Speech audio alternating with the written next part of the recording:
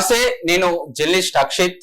లాస్ట్గా list ready అయినట్టు తెలుస్తోంది. బీజేపీకి సంబంధించినటువంటి ఎంపీ లిస్టు పూర్తి స్థాయిలో కసరత్తు చేసిన తర్వాత కేంద్ర అధిష్టానం దగ్గర రాష్ట్రకు సంబంధించినటువంటి నేతలు ఇప్పటికే వాళ్ళ ముందుంచినట్టు తెలుస్తోంది.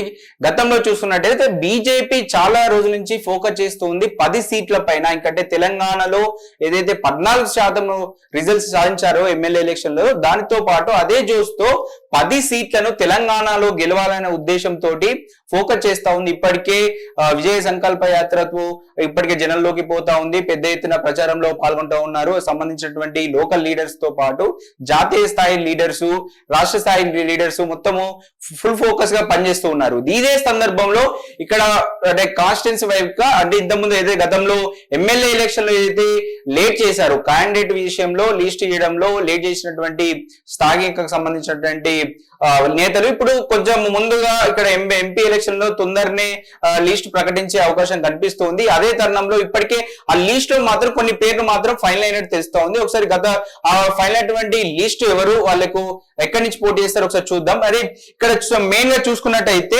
గతంలో పోటీ చేసినటువంటి బీజేపీ గెలిచినటువంటి 4 సీట్లలో సిట్టింగ్లకే ఇస్తామని అమిత్ షా గారు చెప్పారు. అదే ప్రాతిపదికన ఇప్పటికీ అక్కడ ఆదిలాబాద్ మాత్రం ఒక డౌట్ కనిపిస్తుంది. ఆదిలాబాద్ లో మాత్రం సోయం బాబురావుకు కాకుండా ఇంకా వేరే వారిని కూడా ఒక అవకాశాలు ఉన్నాయా, ఎలాంటి పరిస్థితులు ఉన్నాయి, అక్కడ కూడా సర్వే నిర్వహించారు ఆల్రెడీ. దానికి సంబంధించి కూడా సోయం బాబురావు సైడే బీజేపీ అధిష్టానం కూడా మొగ్గు చూపే అవకాశం కనిపిస్తుంది. కాకపోతే ఒక ఏదైనా ఛాన్స్ మిస్ అయితే మాత్రం వేరే వాళ్ళకు కూడా అవకాశం ఇచ్చే అవకాశం అంటే స్థానికంగా ఉన్నటువంటి అక్కడ 4 ఎమ్మెల్యే సీట్లు మాత్రము బీజేపీ గెలవడం జరిగింది. అక్కడ ఆదిలాబాద్ సంబంధించి దాని పట్ల ఇది ఎక్కడ ఉన్నటువంటి లోకల్ ఉన్నటువంటి ఎమ్మెల్యేలు వాళ్ళ ఒక అభిప్రాయం కావచ్చు, లేకపోతే అక్కడ ఉన్నటువంటి క్యాడర్ అభిప్రాయం తీసుకొని ఎలాంటి డిసిషన్ తీసుకుంటారు. సోయం బాబుకి మళ్ళీ టికెట్ ఇస్తారా, లేకపోతే వేరే వరకు అక్కడ ఆదిలాబాద్ నుంచి వేరే వాళ్ళకి కూడా అవకాశం ఇచ్చారు, అక్కడ ఆదిలాబాద్ నుంచి చూసుకోవాలి. ఇంకా రెండోది వచ్చేసి నిజామాబాద్ కి ఇక్కడ పక్కా ఫిక్స్ అని చెప్పొచ్చు. ధర్మపురి అరవింద్ నిజామాబాద్ నుంచి పోటీ చేస్తున్నారు. తర్వాత అక్కడ కూడా ఇప్పటికే అతని పనులు కూడా చార్ట్ పెట్టుకున్నాడు. అక్కడ ఇప్పటికే కేంద్రానికి సంబంధించిన పథకాలతో పాటు ఆయనకు ఎలాంటి పసుపు బోర్డు తీయడం జరిగింది. పసుపు బోర్డు విషయంలో ముందుగా అరవింద్ అక్కడ మెయిన్ ఇవ్వడం జరిగింది, వాళ్ళకు బాండ్ పేపర్ రాసి ఇవ్వడం జరిగింది. ఏదైతే బాండ్ పేపర్ రాసిచ్చిన విధంగానే మోడీ సమక్షంలో ఒక సభ పెట్టి అక్కడ ఇప్పటికే పసుపు బోర్డు ప్రకటించారు. అంటే ఇక్కడ పాజిటివ్ వే ఉంది. అక్కడి నుంచి ధర్మపురి అరవిందే మళ్ళీ ఎంపీగా పోటీ చేయబోతున్నారు. ఇటు కరీంనగర్ నుంచి చూసుకున్నట్టే బండి సంజయ్ ఇప్పటికే అక్కడి నుంచి బండి సంజయ్ తన యాత్ర స్టార్ట్ పెట్టుకున్నారు. స్టార్ట్ పెట్టుకుని ప్రతి ఒక్కరిని కలిసే ప్రయత్నం చేస్తూ ఉన్నారు. అంటే ఇక్కడ మోడీ ఇచ్చినటువంటి పథకాలతో పాటు బండి సంజయ్ కరీంనగర్కి ఏం చేశారు, కరీంనగర్కి ఏం తీసుకొచ్చారు అని ప్రజలకు ఎక్స్ప్లెయిన్ చేస్తూ మనం అక్కడ పెద్ద ఎత్తున జనాల్లోకి పోయే ప్రయత్నం బండి సంజయ్ చేస్తూ ఉన్నట్టు. కరీంనగర్ నుంచి మాత్రం బండి సంజయ్ ఫిక్స్ అని చెప్పేసి తెలుస్తోంది. ఇటు ఇంకో సిట్టింగ్ సీట్ వచ్చేసి సికింద్రాబాద్ నుంచి ఇప్పటికీ చాలా రోజుల నుంచి సిట్టింగ్ సీట్ గా బీజేపీకి ఉన్నటువంటి సీటు సికింద్రాబాద్ సీటు. ఈ సీట్ నుంచి కిషన్ రెడ్డి పోటీ చేసినట్టు కనిపిస్తోంది. ఇక్కడ నుంచి ఇతను స్థానిక సిట్టింగ్ గా ఉన్నటువంటి కిషన్ రెడ్డి మళ్ళీ బీజేపీ అధిష్టానం అతనికి అవకాశం ఇచ్చే అవకాశం కనిపిస్తోంది. ఇక మిగిలిన ఒక 6 స్థానాల విషయానికి వచ్చినట్టయితే అటు మల్కాజ్గిరికి సంబంధించి చూస్తా ఉంటే చాలా మంది లీడర్ దగ్గర నుంచి పోటీగా ఆసక్తిగా ఉన్నారు. చాలా మంది అటు మురళీధర్ రావు కావచ్చు, సురేష్ రెడ్డి కావచ్చు, లేకపోతే ఈటల రాజేందర్ కావచ్చు, వీళ్ళందరూ పెద్ద ఎత్తున ఈ యొక్క మల్కాజ్గిరి టికెట్ కోసం ఆశించినట్టు తెలుస్తోంది. కాకపోతే కేంద్ర అధిష్టానం మాత్రం ఇక్కడ సీటు ఈటల రాజేందర్ కి ఇస్తేనే బీజేపీ గెలుపు అవకాశాలు ఉంటాయని అంచనా వేసి, అంటే ఇక్కడ మాత్రం ఆల్మోస్ట్ అంటే ఎక్కడన్నా కొంచెం మిస్ అయితే మిస్ కావచ్చు, కాకపోతే ఆల్మోస్ట్ మాత్రం ఈటల రాజేందర్ కి ఇక్కడ నుంచి టికెట్ ఇచ్చే అవకాశం మాత్రం కనిపిస్తూ ఉంది. ఇంకా మెదక్ విషయానికి వచ్చినట్టయితే అక్కడ గతంలో కూడా రఘునందన్ రావును పోటీ చేశారు. ఇప్పుడు కూడా మళ్ళీ రఘునందన్ రావుకి అక్కడి నుంచి టికెట్ ఇచ్చి మళ్ళీ అవకాశం ఇచ్చే అవకాశం కనిపిస్తూ ఉంది. ఇటు తర్వాత వచ్చేసి చేవెళ్ళ నుంచి వచ్చేసి మనకు కొండ విశ్వేశ్వరరెడ్డి గతంలో బీఆర్ఎస్ నుంచి అక్కడ గెలిచినటువంటి వ్యక్తి, తర్వాత వచ్చే కాంగ్రెస్ నుంచి పోటీ చేయడం జరిగింది 2019 లో. కాకపోతే అక్కడ 2019 లో కొండ విశ్వేశ్వరరెడ్డి ఓడిపోవడం జరిగింది.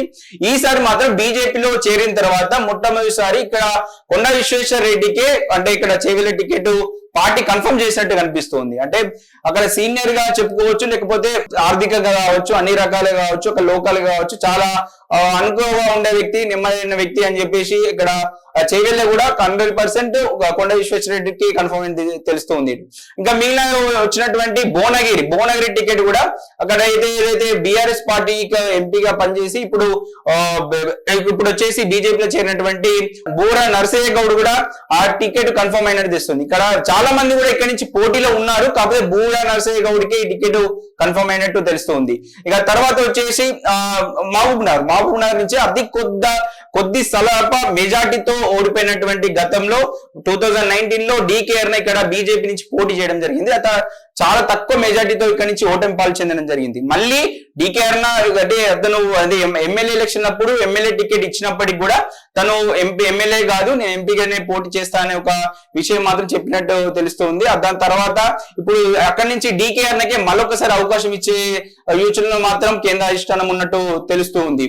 ఇక మిగిలిన టికెట్ కి వచ్చి చూస్తా ఉంటే అటు తర్వాత వరంగల్ మేజర్ గా వరంగల్ గురించి చెప్పుకోవాలి. ఇక్కడ నుంచి చాలా మంది నేతలు ఉన్నప్పటికీ కాకపోతే ఇక్కడ నుంచి మందకృష్ణ మాదికకు మాత్రం ఇక్కడ బీజేపీ నుంచి పోటీ చేయించాలే ఆలోచన మాత్రం అటు మందకృష్ణ మాదికతో పాటు అటు అందరితోని మంత్రాలు జరుపుతోంది. కాకపోతే ఇక్కడ సుముఖంగా కూడా మందకృష్ణ మాదిగ ఉన్నట్టు తెలుస్తుంది వరంగల్ నుంచి పోటీ చేయడానికి.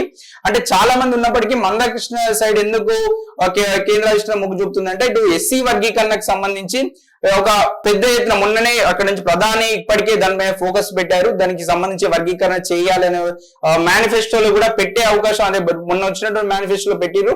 ఆల్రెడీ ఇప్పుడు మేనిఫెస్టోలో కూడా పెట్టే అవకాశం కనిపిస్తుంది. ఎందుకంటే సౌత్ ఇండియాలో మొత్తంలో ఎక్కువ మాదిగలు ఎక్కువగా ఉంటారు కాబట్టి వాళ్ళ వర్గీకరణ జరగాలి. ఎస్సీ వర్గీకరణ జరిగితే వాళ్ళకు ఎక్కువ ప్రయోజనం కలిగే అవకాశం ఉంటది. కాబట్టి వాళ్ళ ఓటు బ్యాంక్ కోసం కావచ్చు, లేకపోతే చాలా విషయాలు ఉంటాయి, చాలా ఫ్యాక్టరీ సౌత్ ఇండియాలో ఒక బీజేపీని బలోపేతం చేయాలనే ఒక ఉద్దేశంతో కేంద్ర అధిష్టానం మాత్రం మందకృష్ణ మాదిగని మాత్రం వరంగల్ నుంచి కంటెస్ట్ చేసే విధంగా ఒప్పించి ఇక్కడి నుంచి టికెట్ ఇచ్చే అవకాశం మాత్రం కనిపిస్తుంది. దాదాపు ఇప్పటికైతే ఈ 10 స్థానాల్లో మాత్రం వీళ్ళు క్యాండిడేట్ ఫైనల్ అయినట్టు తెలుస్తుంది. తర్వాత మిగిలిన 7 స్థానాలు ఇంకా హైదరాబాద్ ఉంది. హైదరాబాద్ నుంచి చాలా మంది పోటీ ఉన్నారు. అక్కడి నుంచి ఇంకా టికెట్ ఎవరికి కన్ఫర్మ్ కాలేదు. లేదా నల్గొండ కావచ్చు, ఖమ్మం కావచ్చు, వీటికి ఇంకా లిస్ట్ లో ఇంకా ఎవరు ఫెయిల్ సజెషన్ ఇంకా కానట్టు తెలుస్తుంది. కాకపోతే ఈ 10 స్థానాల్లో మాత్రం బీజేపీ కంటెస్టెంట్స్ వీళ్ళే ఇప్పుడు మనం చెప్పిన వీళ్ళే ఫిక్స్ అని చెప్పొచ్చు. చూద్దాం. అంటే అది చాలా తొందరనే, అంటే చాలా 10 రోజుల్లోనే మాక్సిమం ఈ యొక్క కేంద్ర అధిష్టానం ఈ యొక్క పేరుతో జాబితా విడుదల చేసే అవకాశం కనిపిస్తా ఉంది.